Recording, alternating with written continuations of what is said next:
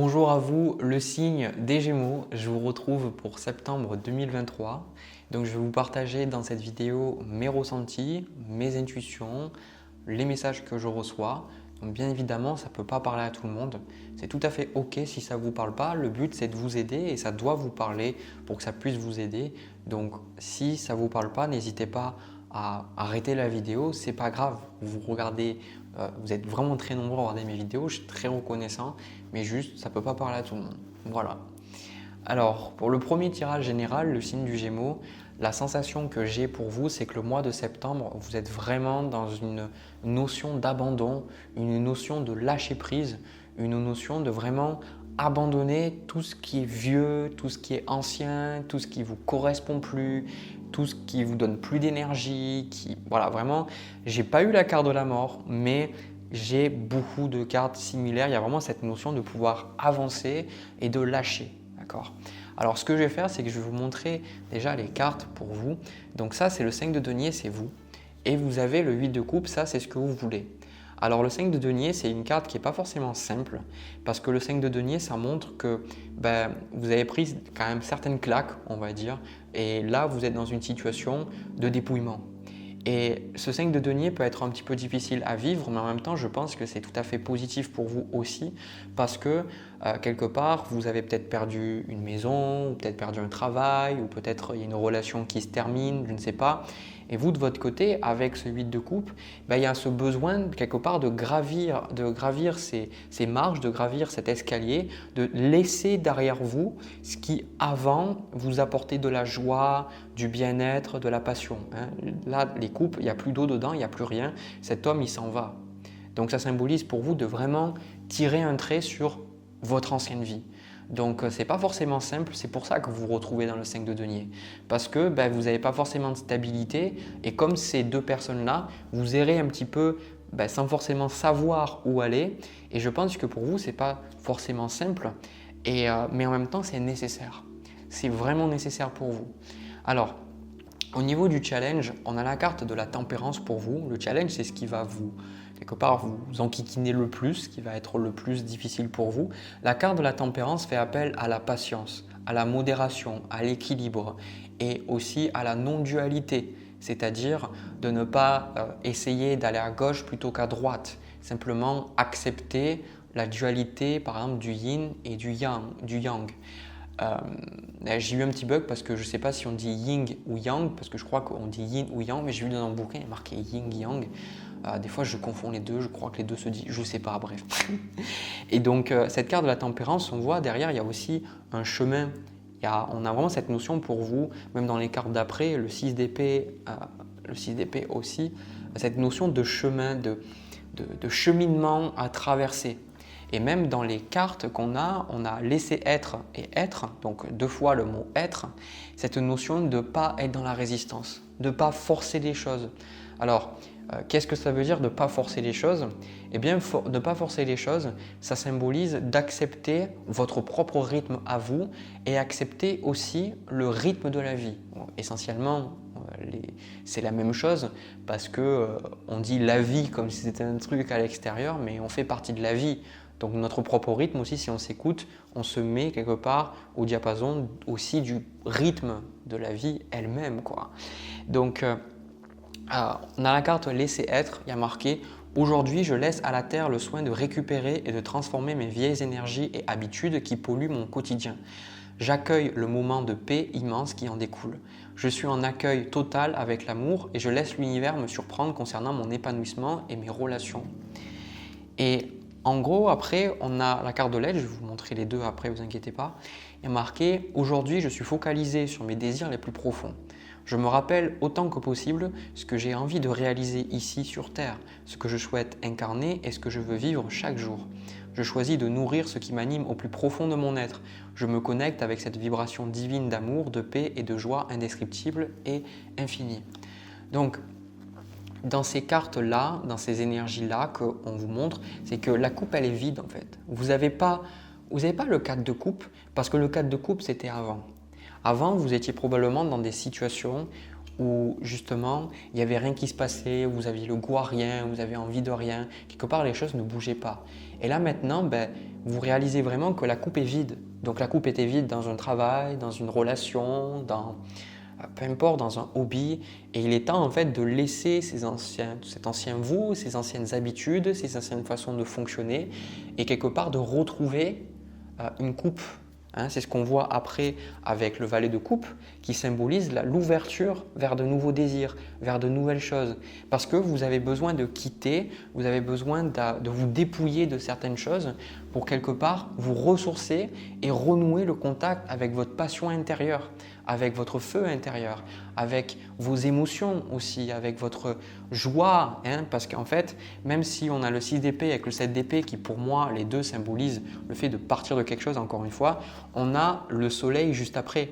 Et le soleil qui symbolise que oui, vous partez, oui, c'est inconfortable, mais bon Dieu, avec la carte du soleil, qu'est-ce que vous vous sentez bien?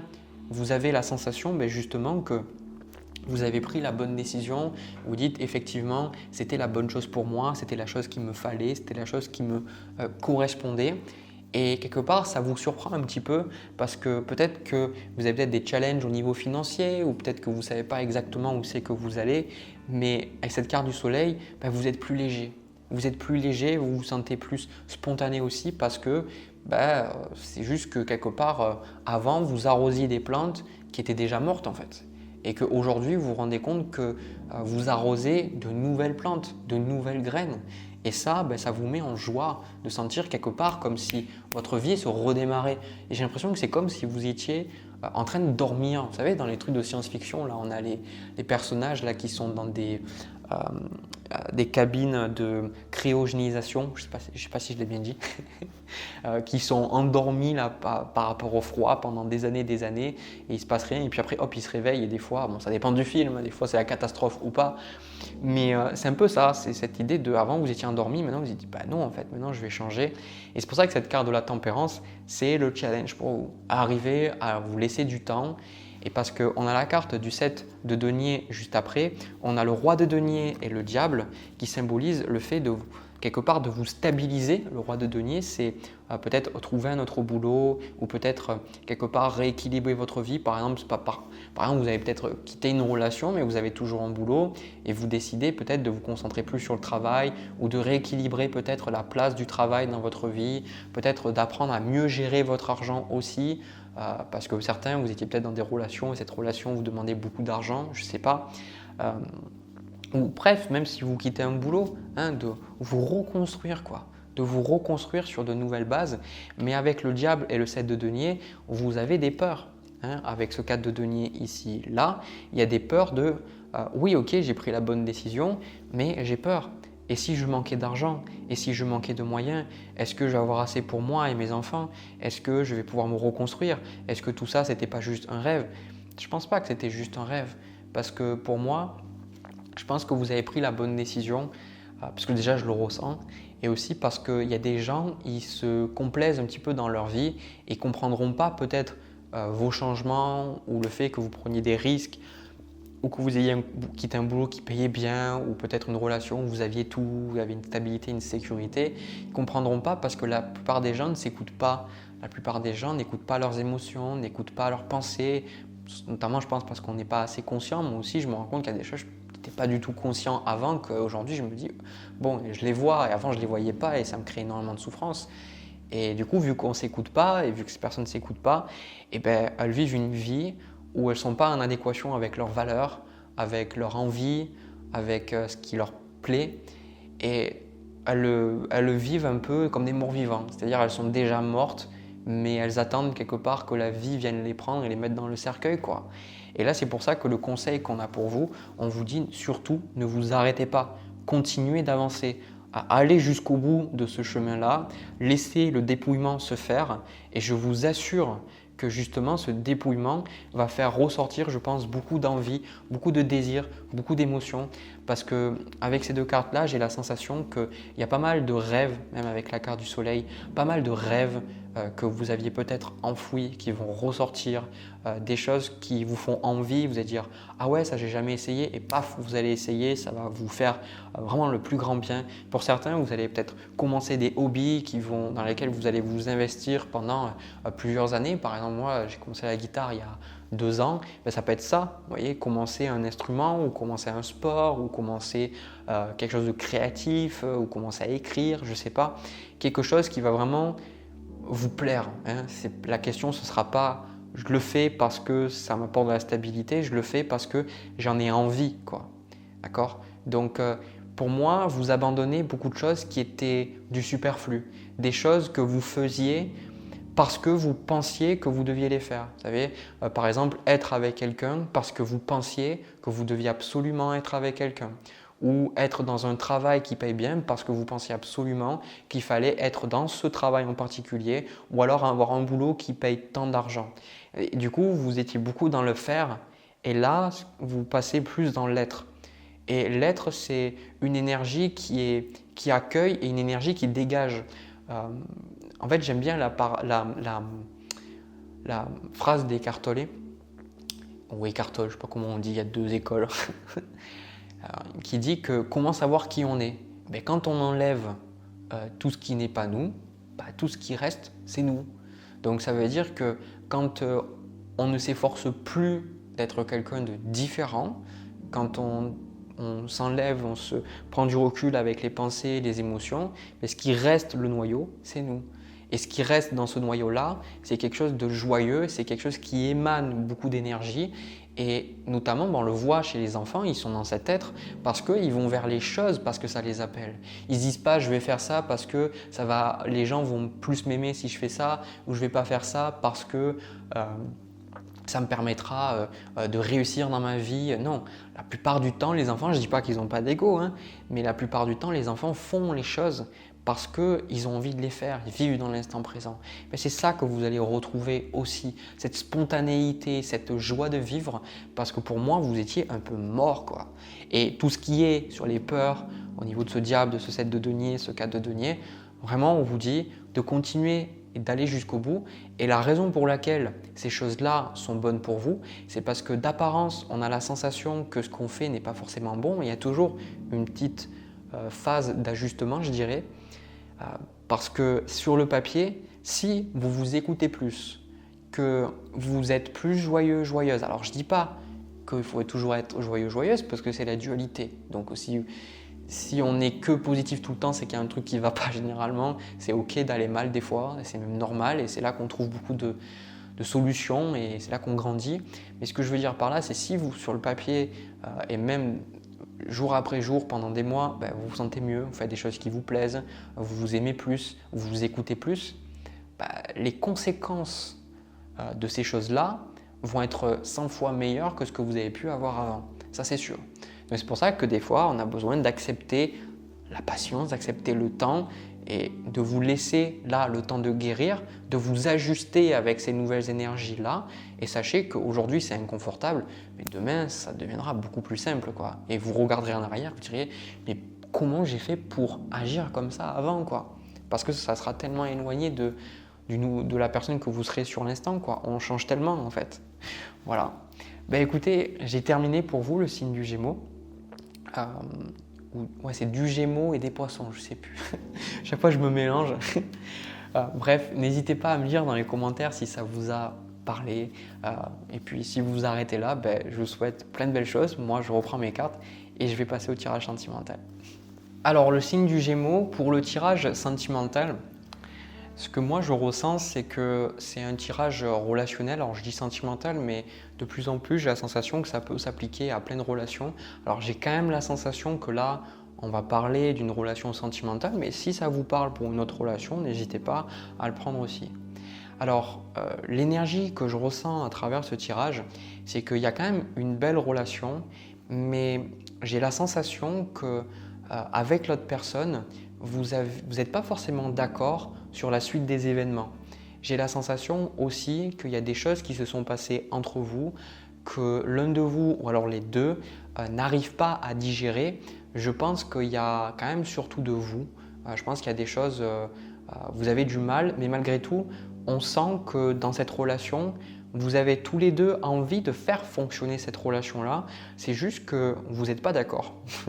Voilà, je ne sais pas comment vous le dire autrement, mais c'est vraiment ça, quoi. Vous n'arrivez pas à être d'accord.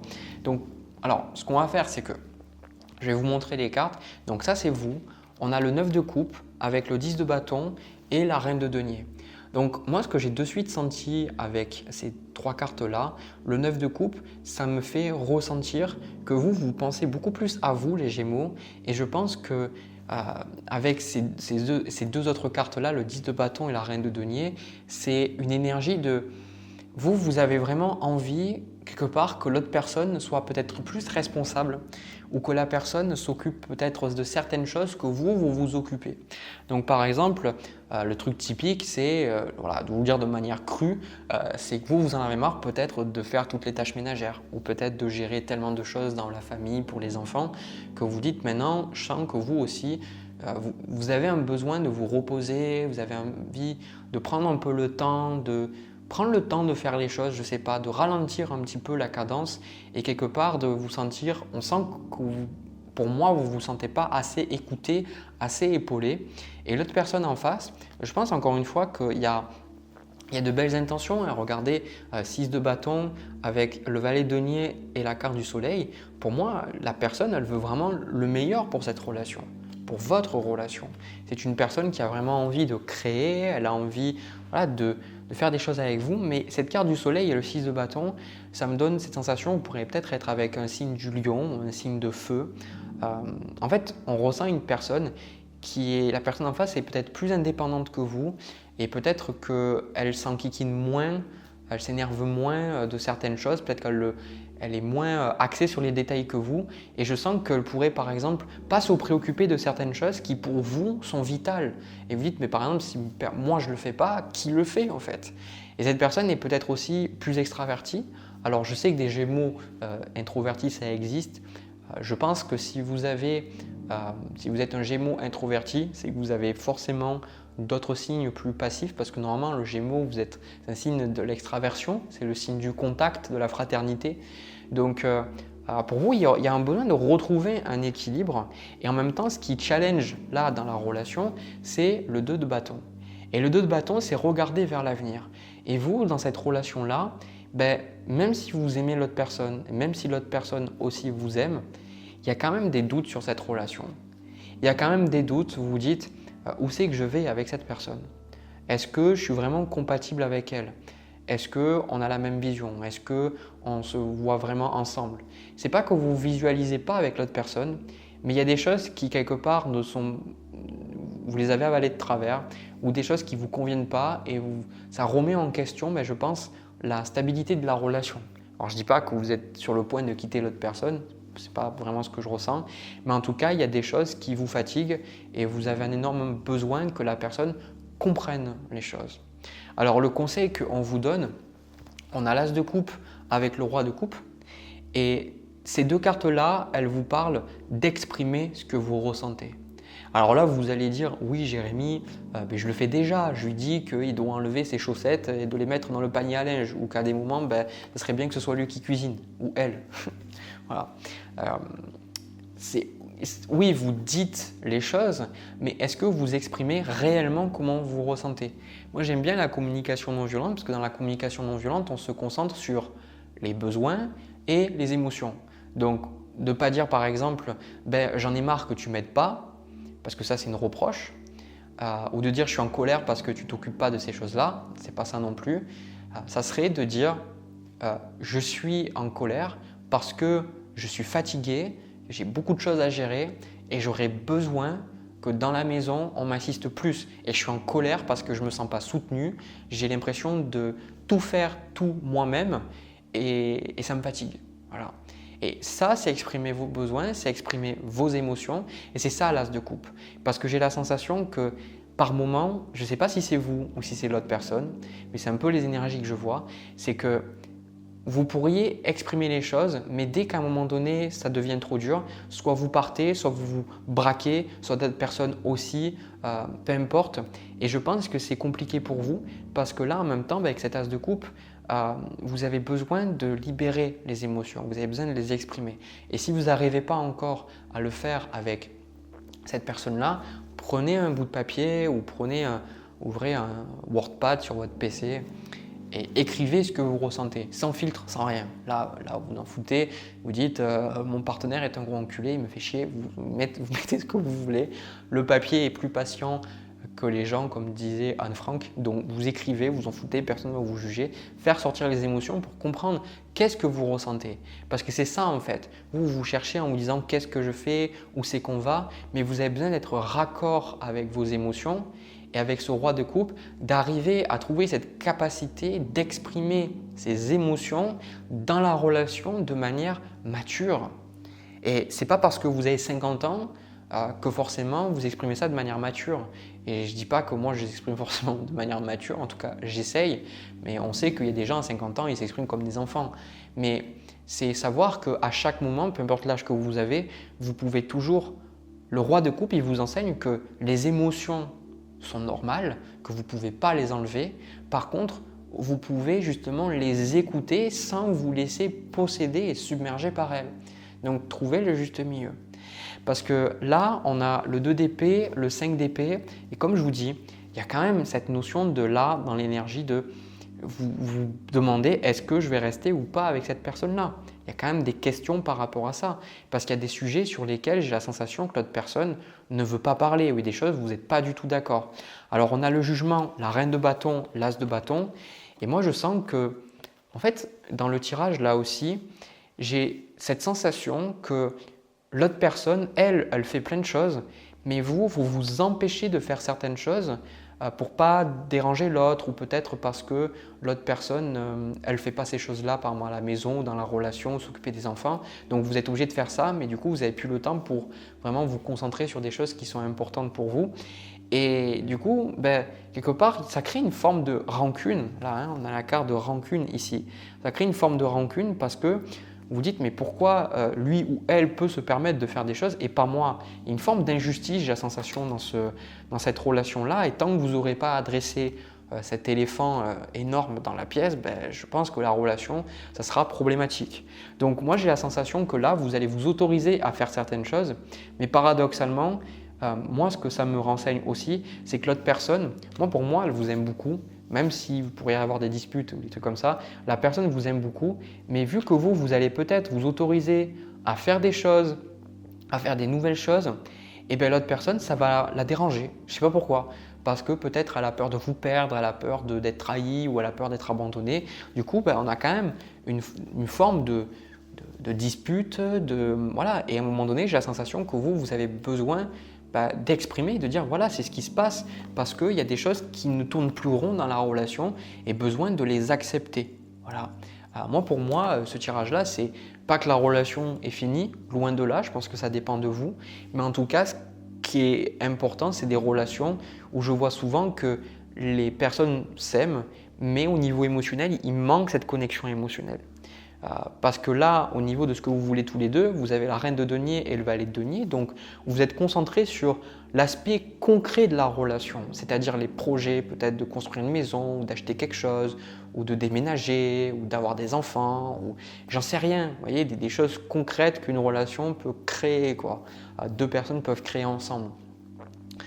Alors que justement, vous avez besoin, ça, c'est quelque part, pour faire le ciment, vous avez besoin de ça, vous avez besoin de ces projets, mais vous avez aussi besoin de l'eau pour faire le ciment. Je crois, alors je ne sais pas trop le truc, mais je crois que c'est de l'eau avec un peu du sable, le ciment, je ne dis pas de conneries.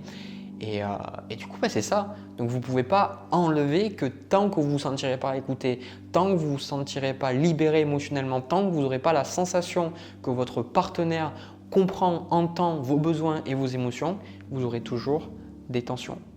Voilà pourquoi on vous dit dire oui à la nouveauté, c'est dire non à ce qui t'a condamné, et on a la carte revient à la source, c'est de revenir sur vous-même, de revenir à ce que vous avez besoin, ce qui vous plaît, ce qui vous correspond, et de laisser un peu cette relation à part. Donc vous dire ok, la relation c'est bien, mais plutôt que de vous dire où c'est que je vais, vous dire et moi qu'est-ce que je veux, qu'est-ce qui est important pour moi, qu'est-ce que je veux créer dans ma vie, qu'est-ce que j'ai envie de vivre comme émotion, qu'est-ce que j'ai envie de vivre comme expérience sur Terre, et surtout dire oui à la nouveauté, c'est dire non à ce qui t'a condamné. C'est que quelque part, pour moi, cette attitude à vous disputer peut-être, on vous dit est-ce que ça vous a apporté quelque chose de positif?